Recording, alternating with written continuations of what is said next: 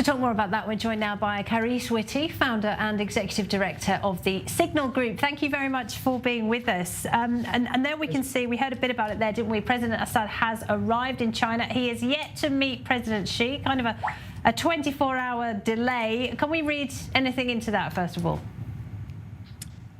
Well, President Assad's situation is more challenged than, for example, those of the guests who have come from the Gulf who received red carpet.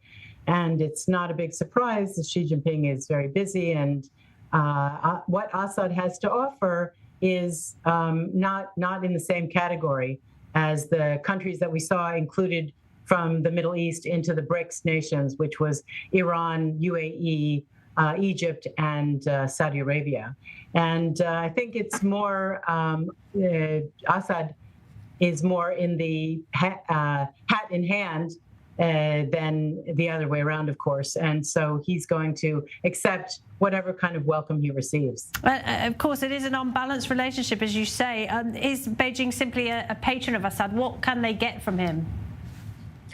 That's a very interesting point because unlike Iraq, Syria cannot provide oil in return for example, infrastructure development.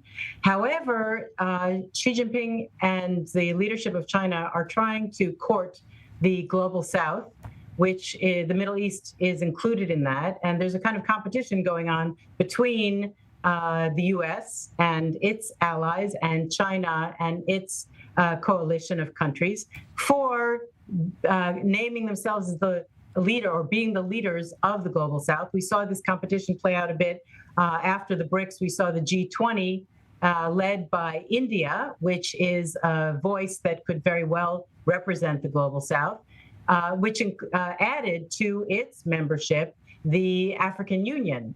And so there's, with this competition going on, Middle East countries joining BRICS, African Union joining the G20. But when we look at the African Union, we're talking about 55 member states with 1.43 billion people.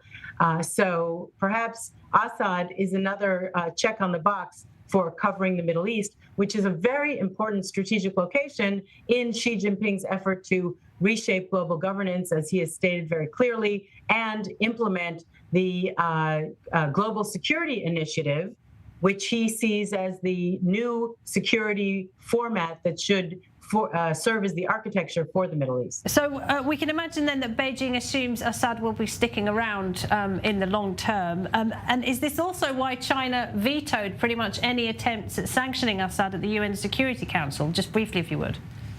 I don't know if it's Assad's longevity as much as maybe its commentary on being on the opposite side of the table from the U.S. We see how China continuously votes against Israel 100%. But when there's a vote against Assad, who has committed many crimes against his people, China vetoes any votes against him. So I think it's more about the U.S. than Assad. Carice Witte, great to talk to you. Thank you very much.